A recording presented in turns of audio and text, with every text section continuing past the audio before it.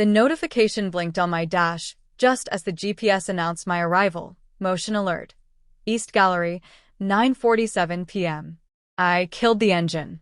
My new home, a cliffside citadel of steel and cantilevered glass I'd code-named Ataraxia, stood sentinel against the night sky. I'd sold my share of the firm, liquidated my vintage portfolio, and vanished from the old life to buy these 1,200 square feet of silence.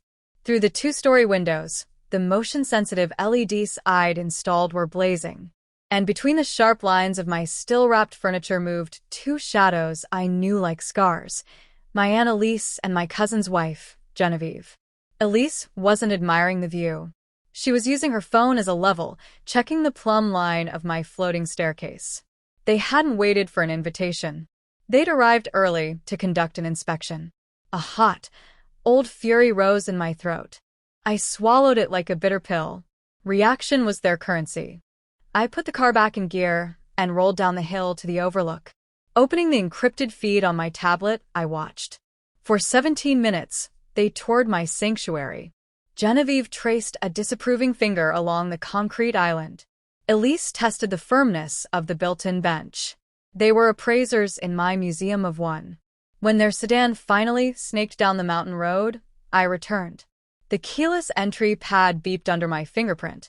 Inside, the air smelled of their perfume, jasmine and obligation. I didn't vent. I contracted. I called a security firm run by ex-intelligence operatives and ordered a system reboot. Retinal scanners on the private entrance, electromagnetic locks on the main, and a network kill switch no one but I could override. While I waited for the tech, I purged. I didn't clean. I performed a data wipe.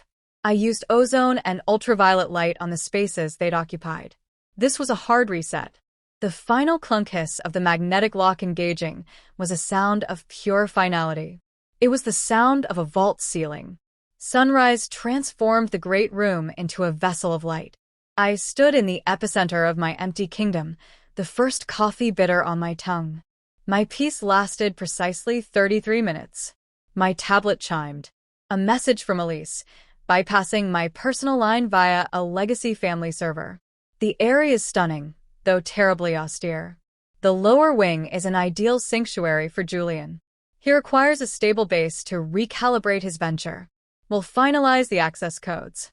The family expects you to understand the optics. My cousin, Julian, the prodigy. In our dynasty, individual success was merely a liquidity event for the collective. Julian was a narrative, a serial founder of elegant, collapsing concepts. While he curated his persona, I was a structural biocomposite engineer.